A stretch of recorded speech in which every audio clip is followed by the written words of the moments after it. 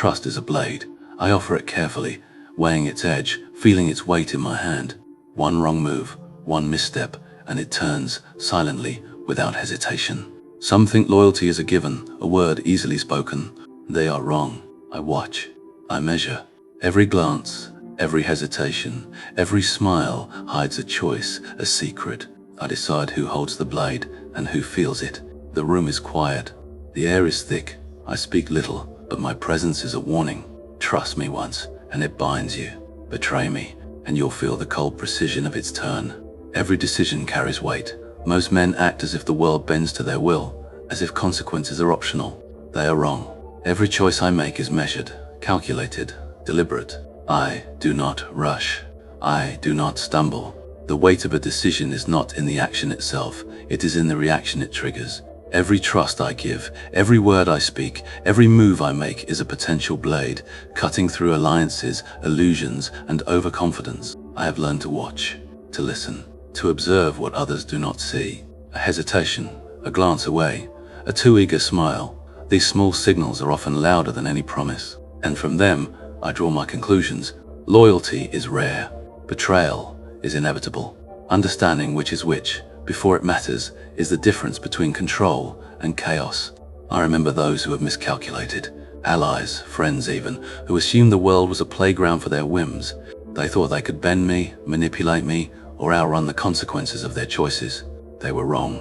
Every misstep was noted, every weakness catalogued. I did not act immediately. I did not need to. Time magnifies error. Patience turns a small mistake into a lesson written in cold precision. And when the time comes, the blade is neither hesitant nor remorseful. I trust only what I have measured. I act only when the path is clear. Decisions are never emotional. They are tactical. The world rewards those who understand this. The world punishes those who forget it. I'm always aware of the cost. Money, power, loyalty, life. Everything carries a price. Some pay in regret. Others pay in more permanent ways. The weight of decisions is heavy, but it is familiar. It is my burden and my advantage. While others are distracted by anger, fear, or hope, I remain still. I calculate. I predict. I act when the moment is precise.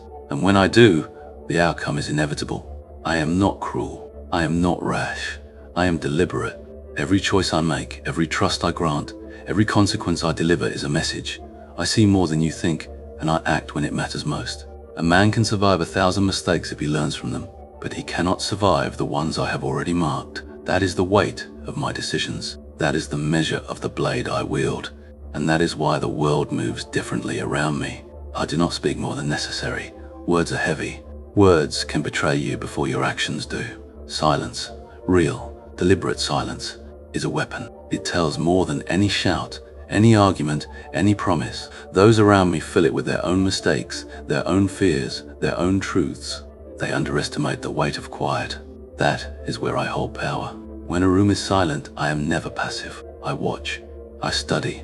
I listen to the rhythm of hesitation, the flicker of the eye, the shift of posture. These small signals reveal intentions, fears, loyalties. Trust me, men will reveal themselves in the absence of words. Some do it consciously, thinking they are clever. Others do it unconsciously, exposing cracks in their armor they did not know existed. Every silence is a conversation I conduct alone, and I am always winning. I have seen men crumble under silence, a pause long enough to unsettle them, a gaze unbroken, a step forward measured in quiet. The world is impatient. It hates the unknown. Silence forces them to reveal themselves, to act when they think I am still. I do not move unnecessarily. I do not react, but I see. I understand, and I wait for the exact moment when the balance tips in my favor. Silence is not absence. It is presence, concentrated. It commands attention without demanding it. People misread it as hesitation, as uncertainty. They are fools. The truth is, I am always 2 steps ahead. While others chatter, while they strategize poorly and speak in vain, I am already inside the mind of the room, predicting reactions, calculating outcomes, marking who can be trusted and who cannot. Every whispered lie, every hidden motive, every trembling hand is visible to me because I listen where others speak. Trust is a blade, yes, but silence guides its turn. I hand it carefully, and when the time comes, it moves without hesitation. Silence sharpens observation. Silence forces honesty. Silence reveals who is loyal and who is dangerous. Some call it intimidation. I call it clarity. A man who fears my silence does not know it yet, but he is already trapped by it. I speak only when necessary. And when I do, it carries weight. It cuts through pretense.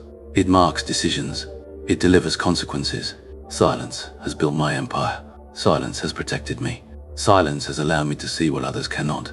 And in a world where words are cheap, silence is priceless. Every man learns eventually. The absence of sound is louder than the presence of noise. I am not loud. I am not reckless. I am deliberate. And my silence is a language no one else can master. Vulnerability is a tool. Most men think it is weakness. They are wrong. I show it rarely, deliberately, and always with purpose. To appear soft is to make others overconfident. To appear uncertain is to make them underestimate you. I have learned that perception is a weapon, and controlled exposure is the sharpest edge of it. I let others see a crack here, a hesitation there, a shadow of doubt. They interpret it as flaw, as opportunity, and they move too soon, too openly, thinking they understand me, but they never do. Every gesture, every expression, every word is calculated. I am never caught off guard. Vulnerability is not accidental, it is orchestrated. Sometimes it is a small concession, a show of patience, a softened tone. Other times it is a risk, a reveal meant to draw them in, to lure them into misjudgment. They think they have seen the real me. They think they can predict my moves. And in that illusion, they make mistakes they will never recover from. I do not let emotion dictate my actions. What looks like empathy, what looks like trust, is measured. Every step is designed to test loyalty, to provoke truth, to expose weakness. Those who earn trust must do so through their choices, their discipline, their awareness. And even then, it is never full, never complete. My blade remains ready. Calculated vulnerability is the quiet art of control. I hand out fragments of myself, pieces designed to mislead, to test, to manipulate perception. It is subtle, it is dangerous, and it works. Most men cannot see the pattern. They respond emotionally. They act before they think. They are undone because they fail to understand that what appears soft is, in reality, the preparation of a strike they will never anticipate. I am always watching, always waiting, always in control. Vulnerability is not surrender. It is the lure, the trap, the test. And when the moment comes, the blade moves. Swift, precise, unforgiving. That man is me. I do not announce my intentions. I do not parade my plans. The blade moves silently, hidden in shadow, unseen until it strikes. Those who believe they understand me are always mistaken.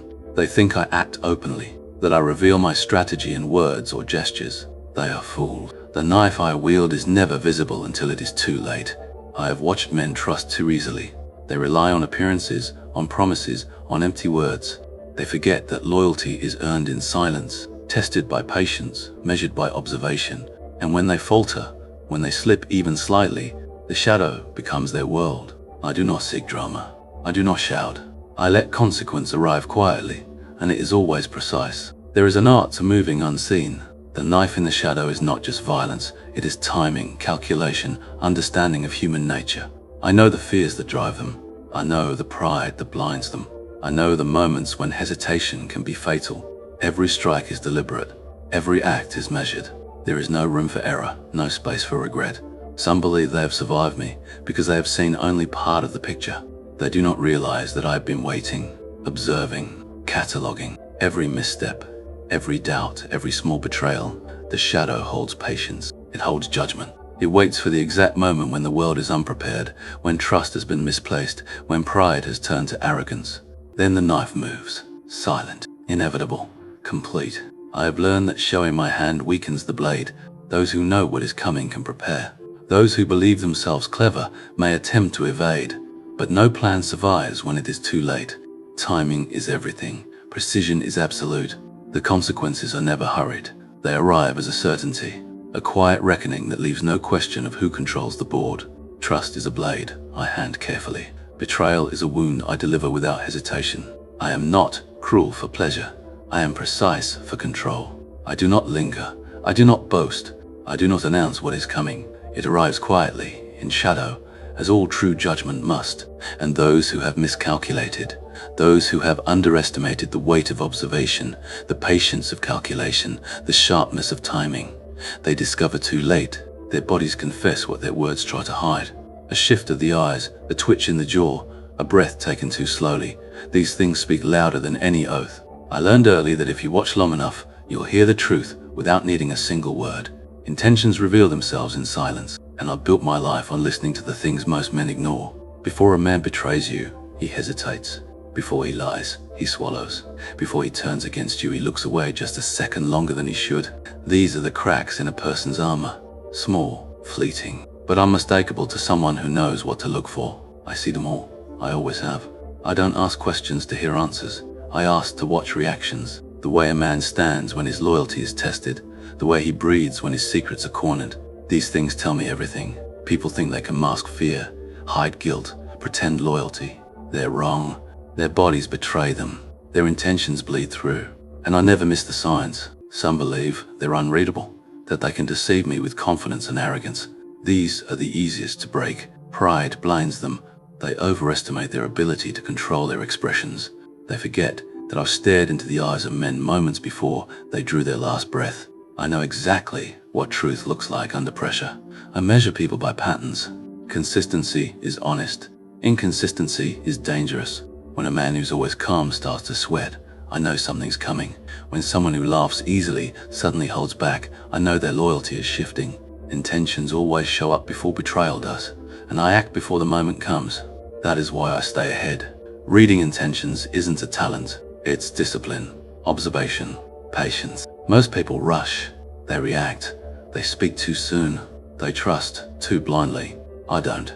I wait. I watch the cracks widen until they tell me everything I need. And when I'm certain, absolutely certain, my blade of trust turns with precision, leaving no room for doubt, no chance for escape. By the time they realize I've read them, it's already too late. Their intentions betrayed them long before they ever tried to betray me.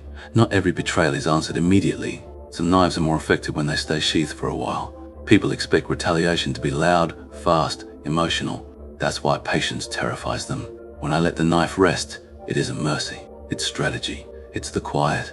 Before a consequence they won't see coming. Most men panic when they know they've crossed a line. They watch their backs. They lose sleep. They wait for the blow. But when nothing happens, when I stay calm, silent, unmoved, they unravel. Their guilt eats at them faster than any blade I could use. They start making mistakes, and I collect everyone. Patience is a slow punishment. It lets the truth reveal itself fully. A man who betrays once will betray again, and when he does, it won't be hidden. It will be obvious. And that is when I strike. Not out of anger, not out of pride, but out of certainty. The knife moves when the evidence is undeniable and the lesson is permanent. Letting the knife rest also shows me who is worth the effort. Some people are so small, so insignificant, that the silence I give them is already their consequence. They fade on their own. Their guilt, their paranoia, their insignificance does the work for me. In those moments, the blade stays still, not because I forgave them, but because they were never a worthy target. Others require time. They need to believe they have won. They need to relax, lower their guard, return to their arrogance. Only then does the strike matter. Only then does it teach. And when the knife finally moves, they remember the moment for the rest of their lives, however long that may be. People misunderstand patience. They think it means hesitation, weakness, uncertainty. But in my world, patience is dominance. It's the quiet acknowledgement that I control the clock, the pace, the ending. While others rush to act, I wait. I watch them reveal the full shape of their intentions. And when I decide the moment is right, I end it with precision. Letting the knife rest doesn't delay justice. It perfects it. It ensures that when the consequence arrives, it arrives cleanly, without dispute, without confusion. A blade used too quickly leaves room for doubt. A blade used at the right moment becomes a message carved into time. And that is why I never rush. The knife rests until it doesn't. And when it moves, everyone understands exactly why. Trust is rare. Most men throw it around as if it grows on trees, as if loyalty is automatic. They are wrong. Trust is earned. And when it is earned, it carries weight. Weight that can either protect or destroy. I give it sparingly, carefully, and always with purpose. I watch people for patterns, for consistency, for proof. A man who speaks softly but acts recklessly cannot be trusted. A man who promises the world but fails at small things will fail when the stakes are real. Every detail matters. Every hesitation, every glance, every word unspoken. tells me more than any confession ever could. When someone earns my trust, it is not out of weakness or sentiment, it is recognition. Recognition of discipline, of skill, of loyalty demonstrated over time. I do not hand it over lightly. It is a privilege. It is a weapon I allow in the hands of another, and they must never forget it. One false move, one betrayal, and the privilege is withdrawn forever. Trust is also a test. I let people prove themselves, quietly, subtly. Their actions speak louder than promises. They show their loyalty in moments when they think no one is watching. I am always watching. A single lapse can undo months of earned credibility. But when someone proves themselves consistently, I respect it. Respect is not given, it is recognized. And in recognition lies power. Even in rare moments of genuine trust, I remain aware. I do not let emotion cloud my judgment. A man may earn my trust, but that does not make him untouchable. Circumstances change, intentions shift, and patience is still required. Trust is dynamic, alive, and demanding. It is a blade offered, not a gift freely given. I have learned that trust, once earned, becomes a foundation. It allows me to delegate, to orchestrate, to move without constant surveillance. But that foundation is fragile. Every action reinforces it or weakens it. I am meticulous because I understand the cost of misplaced faith. Betrayal is more devastating when trust is high, and I never forget. The rare few who earn my trust understand its power and its limitations. They act knowing that loyalty is observed, that actions carry consequences, that the blade of trust can turn at any moment. Those who respect this gain more than privilege.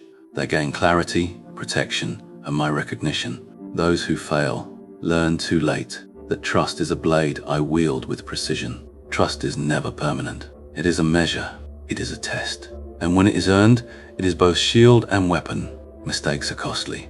Some men pay with words, some with pride, others with blood. I have learned that every error, every lapse of judgment, every miscalculated step carries a price. And in my world, there is no forgiveness for repeated failure. The cost is immediate, precise, and unforgettable. I have watched men stumble and assume they can recover. They think apologies or explanations erase the error. They are wrong. Every action leaves a mark. Every misstep reveals character. One mistake may be forgiven, but two proves weakness. Three confirms it. And in weakness, there is no trust. There is no mercy, only consequence. The cost of mistakes is not always visible. Sometimes it is subtle. A glance that says more than words, a subtle loss of privilege, the quiet withdrawal of influence. Those who do not discover it too late. By then, the damage is done and the lesson is irreversible. In my world, mistakes are magnified by perception. A man who hesitates when action is required loses credibility. A man who lies when honesty is needed destroys loyalty. A man who underestimates his opponent pays with blood. These costs are exacted not out of cruelty, but out of order. I maintain the balance. I do not allow negligence or arrogance to persist unpunished. The knife moves in silence, leaving no question of accountability. Even small mistakes can have long shadows. A misread intention, a misjudged reaction, a lapse in discipline. These ripple outward, influencing more than the original error. And I notice. I catalogue. I plan. The consequences are delivered quietly, decisively, and with precision. I do not act for revenge. I act for order. The cost is always proportional to the failure. Some try to excuse themselves, to rationalize errors, to argue that circumstance or misfortune is to blame.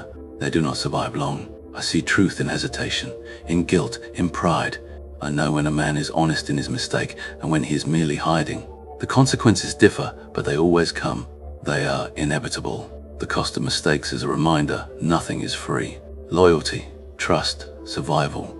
They are earned through consistency, discipline, and awareness. Fail once and you learn. Fail twice and you suffer. Fail thrice and you disappear from my world.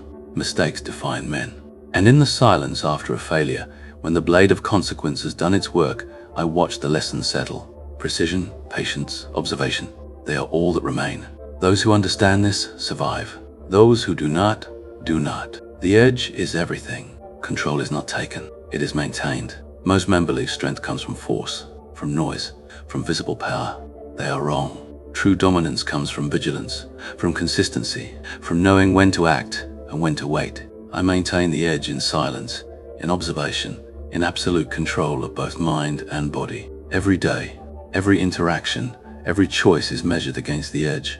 I watch those around me constantly. Their loyalties, their hesitations, their ambitions. Trust is never permanent. It is reassessed, recalculated, and constantly tested. A man who grows complacent loses the edge. A man who underestimates me loses more. That is why I am always aware, always precise, always disciplined. The edge is mental as much as physical. It is the stillness when others panic, the patience when others act impulsively, the clarity when others are clouded by emotion. To maintain it, I must anticipate every move, predict every intention, and understand motivations before they are spoken. I do not rely on luck. I rely on calculation, preparation, observation. That is what separates me from men who only pretend to lead. I sharpen the edge daily, not with weapons alone, but with knowledge, experience, and control over myself and the room. People mistake calm for weakness. They mistake silence for hesitation. But those who do not recognize it soon feel the precision of the edge when it turns. The edge is a constant reminder that I am always ahead. I do not need to prove it. The world shows it for me. Some lose the edge through overconfidence. They act too quickly, speak too loudly, or reveal too much. The edge is diminished by error, by lack of discipline, by misjudgment. I do not allow it. I protect it as carefully as I protect trust, as precisely as I deliver consequence. It is the foundation of control, the measure of power, the difference between survival and ruin. Maintaining the edge is not about fear. It is about clarity, about patience, about understanding the precise moment when action becomes necessary. I do not rush. I do not hesitate unnecessarily. The edge is never dull, because I do not allow it to be. Every decision, every observation, every move strengthens it. Those who test it discover the truth quietly, suddenly, and irreversibly. The edge is not for show. It is for survival, for dominance, and for control. And as long as I maintain it, nothing and no one can unseat me. The final move is never rushed. It is calculated, inevitable, unavoidable. Most men act too soon, speak too early, or reveal their intentions before the moment is ripe. I wait, I observe, I measure. When the final move comes, it is absolute, swift, clean, and without hesitation. Timing is everything. The world is made of moments that pass unnoticed, opportunities hidden in plain sight. I see them, I mark them. I wait until the alignment is perfect, until every misstep, every weakness, every hesitation has exposed itself. Then I act. The final move is the culmination of patience, observation, and strategy. It is the moment when preparation meets opportunity, and the outcome is certain. The people around me rarely understand what is coming. They think they can predict me, anticipate my moves, or even manipulate the situation in their favor. They are fools. I am always ahead. Every miscalculation they make, every glance they steal, every word they overcommit, they lead themselves straight into my plan. I do not need to force the outcome. I simply wait for it to arrive. Execution is precise. There is no room for error, no margin for hesitation. The blade of trust, of consequence, of judgment turns quietly and decisively. Those who betrayed me, underestimated me, or assumed my patience meant weakness feel the weight of it immediately. There is no spectacle, no warning, just the certainty that comes from knowing the moment was planned, calculated, and delivered with the inevitability of fate. Even allies understand the power of the final move. Those who have earned trust recognize its timing, its precision, and the respect it carries. Those who have not see only the result, and it is always decisive. Every action I take leads to this moment. Every observation, every pause, every silent calculation is preparation for it. Nothing is wasted. Nothing is accidental. The final move is not about vengeance. It is about order, control, clarity. It is the moment when all the pieces align, when all the lessons are delivered, when consequences are exacted without question. It leaves no room for doubt, no space for argument, no opportunity for survival. If trust was misplaced, when it comes, it is clean, swift, unyielding, and after it passes, the world knows who holds the power, who watches from the shadows, and who can never again mistake patience for hesitation. The final move is the ultimate expression of control, and I am always in command. The final move is never rushed. It is calculated, inevitable, unavoidable. Most men act too soon, speak too early, or reveal their intentions before the moment is ripe. I wait, I observe, I measure. When the final move comes, it is absolute, swift, clean, and without hesitation. Timing is everything. The world is made of moments that pass unnoticed, opportunities hidden in plain sight. I see them, I mark them, I wait until the alignment is perfect, until every misstep, every weakness, every hesitation has exposed itself. Then I act. The final move is the culmination of patience, observation, and strategy. It is the moment when preparation meets opportunity, and the outcome is certain. The people around me rarely understand what is coming. They think they can predict me, anticipate my moves, or even manipulate the situation in their favor. They are fools. I'm always ahead. Every miscalculation they make, every glance they steal, every word they overcommit, they lead themselves straight into my plan. I do not need to force the outcome. I simply wait for it to arrive. Execution is precise. There is no room for error, no margin for hesitation. The blade of trust, of consequence, of judgment turns quietly and decisively. Those who betray me, underestimated me, or assumed my patience meant weakness feel the weight of it immediately. There is no spectacle, no warning, just the certainty that comes from knowing the moment was planned, calculated, and delivered with the inevitability of fate. Even allies understand the power of the final move. Those who have earned trust recognize its timing, its precision, and the respect it carries. Those who have not see only the result, and it is always decisive. Every action I take leads to this moment. Every observation, every pause, every silent calculation is preparation for it. Nothing is wasted. Nothing is accidental. The final move is not about vengeance. It is about order, control, clarity. It is the moment when all the pieces align, when all the lessons are delivered, when consequences are exacted without question. It leaves no room for doubt, no space for argument, no opportunity for survival if trust was misplaced. When it comes, it is clean, swift, unyielding, and after it passes, the world knows who holds the power, who watches from the shadows, and who can never again mistake patience for hesitation. The final move is the ultimate expression of control, and I am always in command. If you want, I can now continue with consequences delivered, quietly, 500 words next, keeping the Shelby-style lethal precision and direct engagement. You said, if you want, I can now continue with consequences delivered quietly, 500 words next, keeping the Shelby-style lethal precision and direct engagement. Yes, ChatGPT said, here it is, precise, no storytelling. He speaks to the audience, not about himself. Consequences delivered quietly, 500 words. You don't warn people who already knew what they were doing. You don't shout. You don't argue. You don't repeat yourself. Consequences are not delivered in noise. They arrive in silence, because silence is the only language people truly fear. Look around you. Everyone talks. Everyone threatens. Everyone pretends they're dangerous. The loud ones rarely are. The ones who broadcast their next move are already defeated. Power isn't in volume. Power is in certainty. And certainty doesn't need to announce itself. When someone crosses a line, you don't lecture them about loyalty. You don't remind them of what you gave, what you did, or what you sacrificed. A person who crosses you already counted on you staying silent. Good, stay silent. Just make sure the silence is the consequence. You see, the loud approach gives people a chance to defend themselves. The quiet approach gives them nothing. No explanation, no closure, no warning. Just the cold understanding that something has shifted and there is no path back. The quiet consequence comes in simple forms. A door closed, a seat removed, a privilege revoked, a presence withdrawn. Your absence becomes the punishment. You don't need to raise your voice for people to feel the loss.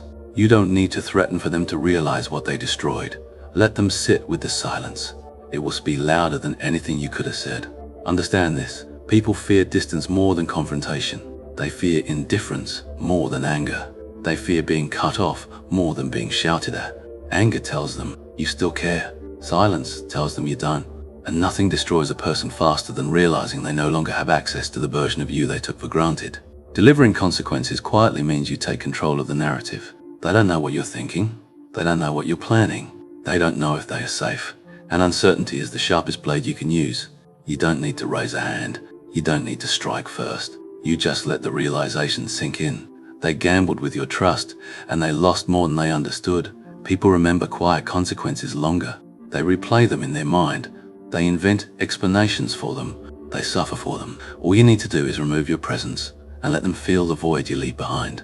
That is how you deliver consequences, without noise, without warning, and without regret. Not to hurt them, not to avenge anything, but to restore order and remind the world that your peace is not a place they enter freely. It is something earned, and once broken, it is never returned. Mercy is a word for fools, I do not grant it. I do not speak it. I do not consider it. Mercy softens edges. Mercy slows precision. Mercy allows mistakes to fester. And I do not make room for weakness. People misunderstand me when I act without mercy. They think it is cruelty. They think it is rage. They are wrong. It is order. It is clarity.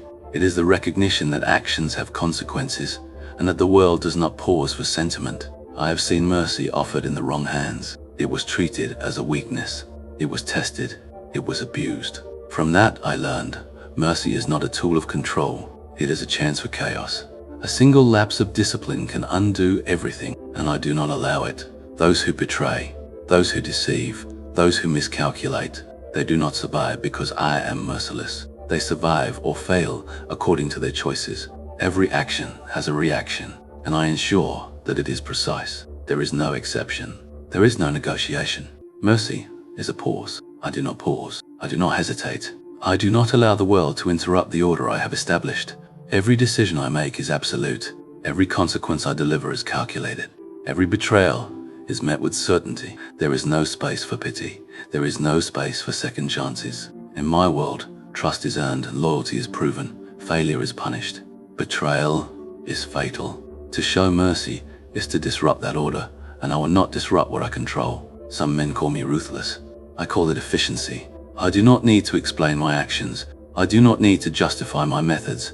The results speak for themselves. Mercy has no place in precision.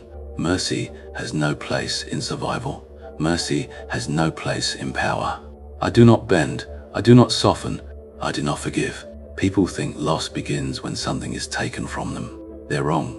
Loss begins long before that, long before they even notice what's slipping through their hands. When someone crosses a line with me, I don't start by taking anything physical. No. What they lose first is certainty.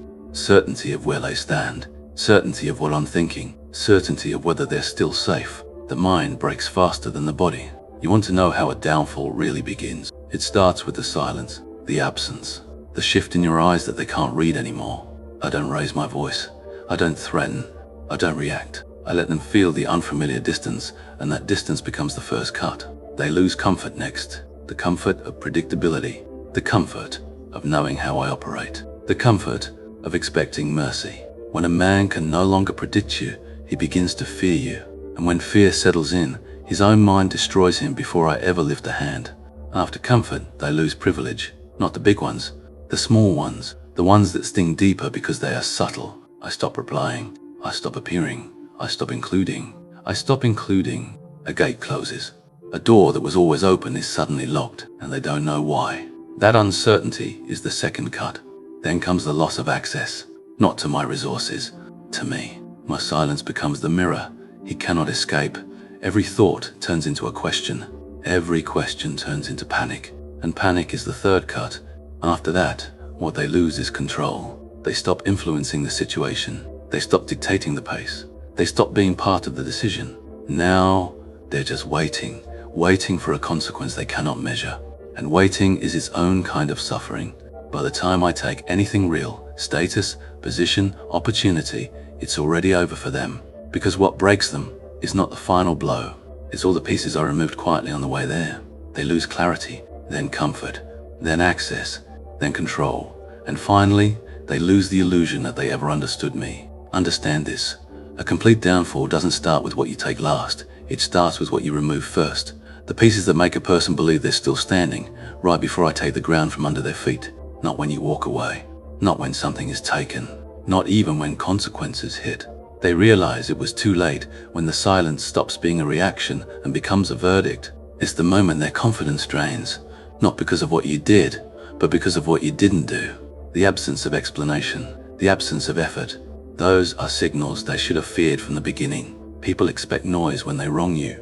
Arguments, questions, a final confrontation. But when you give them none of it, their mind becomes the battlefield.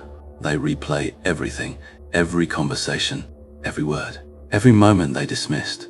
They start searching for the exact place where they lost you. That search destroys them. Because the truth is this: the downfall doesn't feel real until they realize you didn't hesitate. You didn't bargain. You didn't wait for them to correct anything.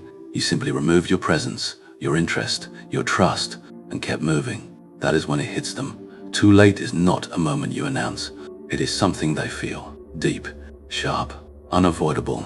It sinks in when they notice your tone has changed, when your eyes don't soften, when your patience is gone, when your silence holds more weight than their apologies. You don't have to explain why things ended. People always understand the reason.